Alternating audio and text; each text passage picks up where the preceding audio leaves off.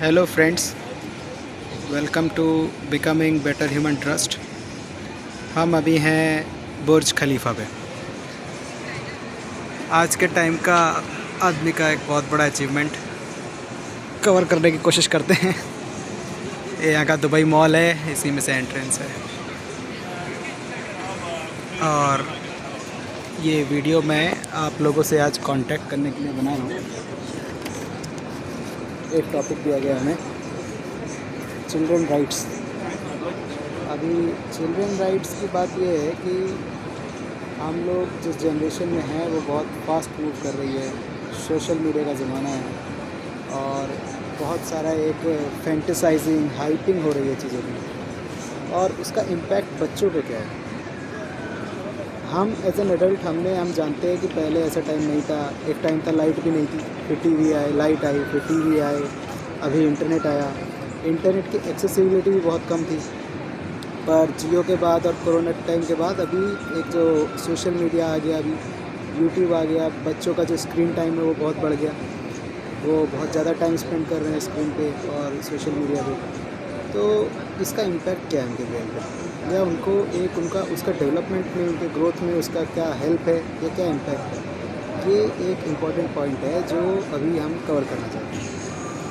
तो जो content share हो रहा है सोशल मीडिया पे या इंस्टाग्राम और यूट्यूब, वो बच्चों के लिए तो अच्छा नहीं है। आप और मैं, जो हमारी एज है, हम लोग इस बात को समझ सकते हैं कि ये केवल एक हंसी मजाक है या इसका कोई रेलेवेंस नहीं है या टाइम पास है, और उसके बाद हम अपने काम में बिज़ी भी हो जाते हैं। हम लोग का अपना एक लाइफ है, हमारे पास एंगेजमेंट है, हम उसको आधा घंटा 1 घंटा ज़्यादा नहीं दे सकते हैं। लेकिन अभी जो बच्चों को देखा जा रहा है वो बहुत ज़्यादा टाइम स्पेंड कर रहे हैं, और वो उसको कॉम्प्रीहेंड कर रहे हैं, वो उसको अंडरस्टैंड करने की कोशिश कर रहे हैं, वो उसको एक्सेप्ट कर रहे हैं, उसको सही मान रहे हैं। तो अभी इनके ऊपर क्या इसका इम्पैक्ट आएगा, उनको वो जब बड़े होंगे तो वो कैसे सोशलाइज़ करेंगे, कैसे अंडरस्टैंड करेंगे चीज़ों को, क्योंकि अभी वो इसको एज अ ट्रुथ लेते हैं। और इतना सारा जो कंटेंट है उसमें वल्गैरिटी भी है, एडल्ट्री भी है, और उसको एक बहुत ही कॉमन तरीके से दिखाया जाता है, एक्सेप्टेड वे में दिखाया जाता है कि जैसे हम लोगों को ये आराम से हमारी सोसाइटी में चलता है। लेकिन वो चलता तो नहीं है, वो तो केवल एक हम उसको देखते हैं मजाक के रूप में कि ठीक है। लेकिन अभी वो जो बच्चे हैं वो उसको कैसे देखते हैं, आपको ये ठीक नहीं है ना उनके लिए। अभी जो एड्स आ रहे हैं टीवी में या जो भी कंटेंट शेयर हो रहा है, उसका उनके दिमाग पे क्या इम्पैक्ट है, वो उसको कैसे अंडरस्टैंड कर रहे हैं, वो उसका फ्यूचर में कैसे रेफरेंस ले रहे हैं, वो हमें सोचना होगा। इम्पॉर्टेंट है वो बात।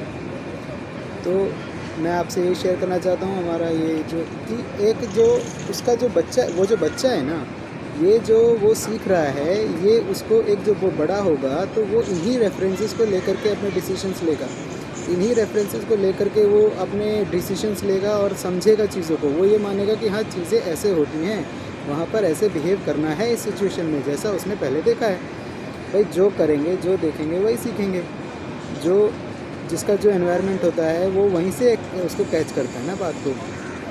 तो ये चीज़ बहुत इम्पॉर्टेंट है। अभी क्या हो गया है कि जो वो फैंटेसाइज़ कर रहे हैं जिन चीज़ों को, चाहे वो लव हो, रोमांस हो, या उसके आगे की बातें हों, या उससे बात जो रिलेटेड बातें हों, तो वो ट्रुथ नहीं है उनमें। वो केवल एक जो हाइप है वो है बिकॉज कि वो अपने आप को सेल करना चाहते हैं, उन्हें आपका अटेंशन चाहिए, उन्हें आपका डेटा चाहिए। उससे अलग उनका कोई कंसर्न नहीं है। केवल ये कमाने की उनको they want to earn some money, उन्हें कुछ पैसा कमाना है, उसका एक ज़रिया है, कुछ एंटरटेनमेंट टाइप चीज़ करना हो जिसको लोग देखें, वायरल हो और उनको पैसा मिले, बस। उसका बच्चों पे क्या इम्पैक्ट है। बच्चे उस चीज़ को बार बार देख रहे हैं, वो उसको एक्सेप्ट कर रहे हैं, वो नॉर्मल मान रहे हैं उसको। उनको ऐसा लग रहा है कि वो जो बड़े हमारे अगल बगल हैं वो उस चीज़ को एक्सेप्ट करते हैं, वो वैसे ही बिहेव करते हैं। तो ये जो फैंटेसाइजिंग ऑफ रॉन्ग थिंग्स है, ये हम आपको मैसेज देना चाहते हैं कि ये ठीक नहीं है। तो हमें अपने बच्चों को इसके बारे में अवेयरनेस लाना चाहिए, हमें उनको समझाना चाहिए कि ये नहीं है, ये आपको नहीं देखना है। एक अभी जो सेंसरशिप है एक तरह से, वो किसके पास रहेगी। भाई यूट्यूब को मतलब नहीं है कि आप क्या देख रहे हो, आप देख रहे हो, उसको डेटा मिल रहा है, ठीक है। गवर्नमेंट को मतलब नहीं है कि आप क्या देख रहे हो, उनका भी कोई कंसर्न नहीं है। लेकिन बच्चा आपका है, पेरेंट्स को ध्यान देना है ना, पेरेंट्स की जिम्मेदारी बनती है ना कि भाई वो क्या देख रहे हैं, उसका उन पर क्या इम्पैक्ट होगा, किस तरह से वो अंडरस्टैंड करेंगे उन चीज़ों को।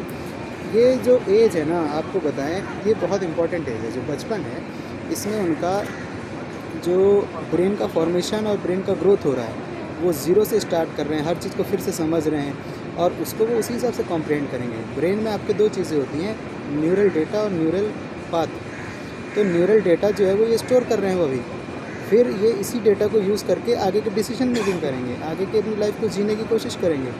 न्यूरल पाथ जो है वो उसको वो जब वो कभी कोई फ्यूचर में उनको कोई कहीं पे रेफरेंस लेना होता है कि अभी मुझे क्या करना चाहिए, वो इसी डेटा को रिट्रीव करके करेंगे। तो ये उनके लिए ठीक नहीं है, उनको उसमें प्रॉब्लम हो सकती है।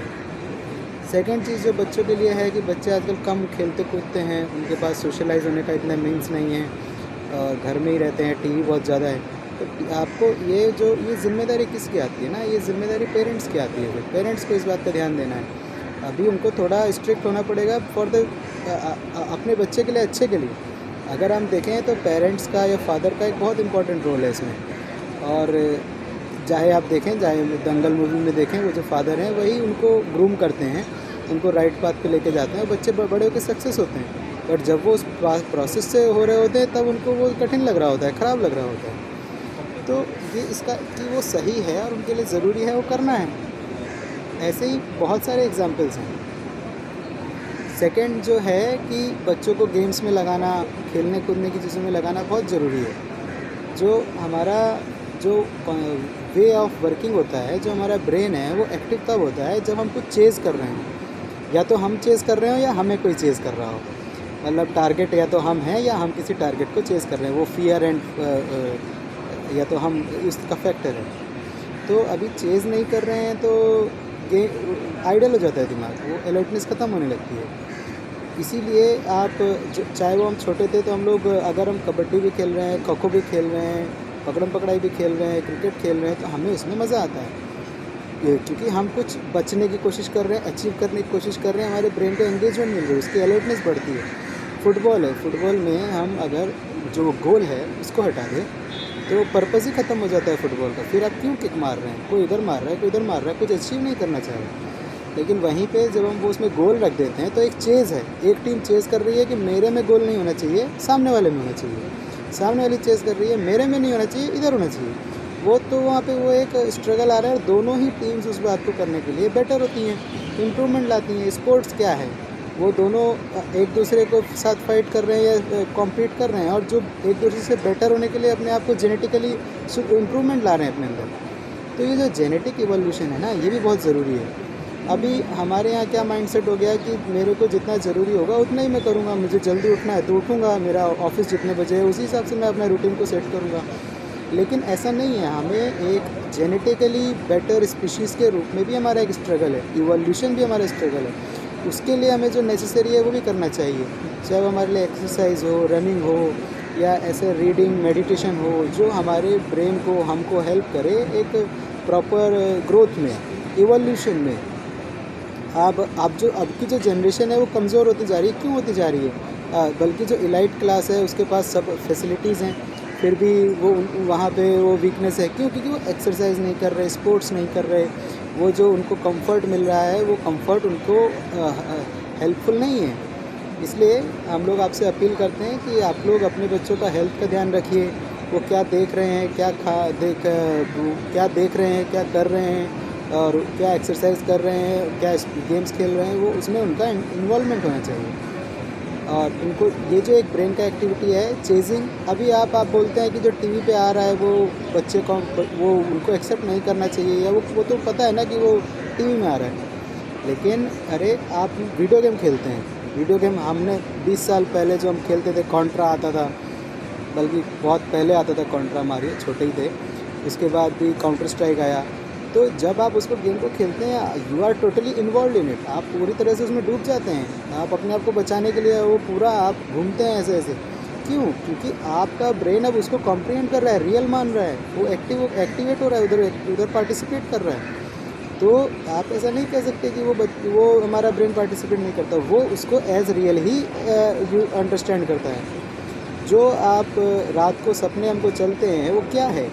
जो दिन भर डेटा हमने कलेक्ट किया है उसकी प्रोसेसिंग करता है ब्रेन रात को, वो अपने आप को आगे की लिए प्रिपेयर करता है। तो इट इज़ इम्पॉर्टेंट गेम्स खेलना, चाहे वो आप वीडियो गेम्स ही खेलें, काउंटर स्ट्राइक खेलें, अच्छा है काउंटर स्ट्राइक बहुत, और अभी तो और गेम्स भी आ गए हैं। तो ये जो पार्टिसिपेशन है ना, it brings that alertness, that activeness in your body, in your brain. Decision making body brain का ही है। गेम्स और स्पोर्ट्स भी ज़रूरी है।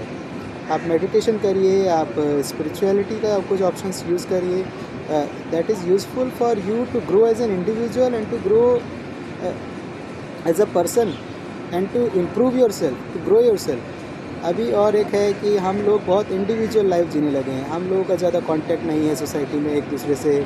हम लोग एक अपने तक ही लिमिटेड हैं। आए, टीवी देखा, जॉब किया, फिर वही एक साइकिल हमारा मूव करता है। तो हम लोग ट्रस्ट के थ्रू भी कनेक्ट कर सकते हैं। अगर कोई आप लोगों में से ट्रस्ट से इंटरेस्टेड है, इस तरह के हम लोग एक गेट टुगेदर भी रख सकते हैं, मंथली, वीकली।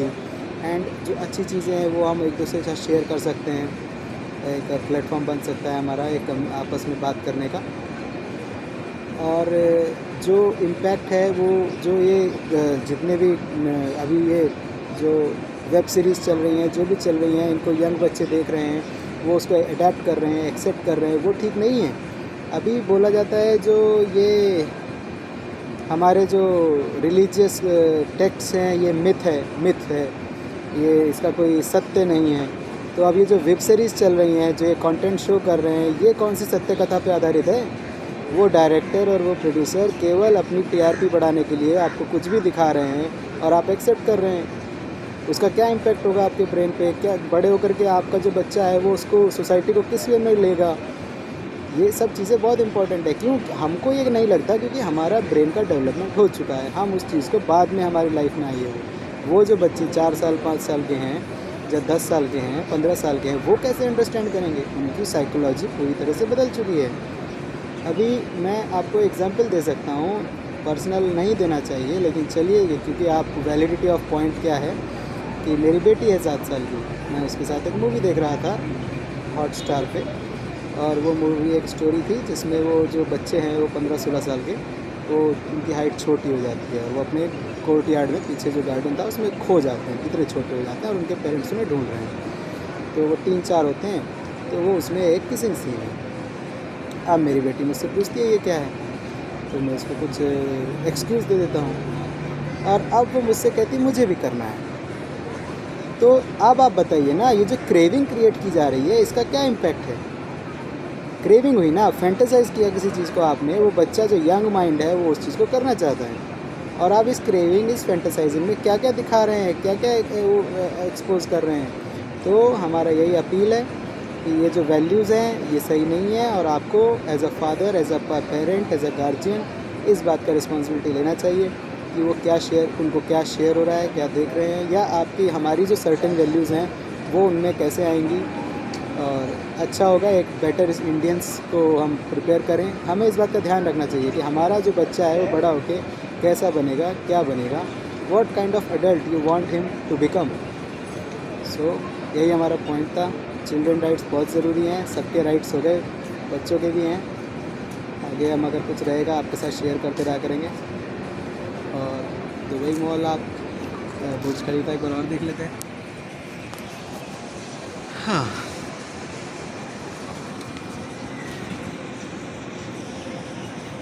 चलिए, थैंक यू।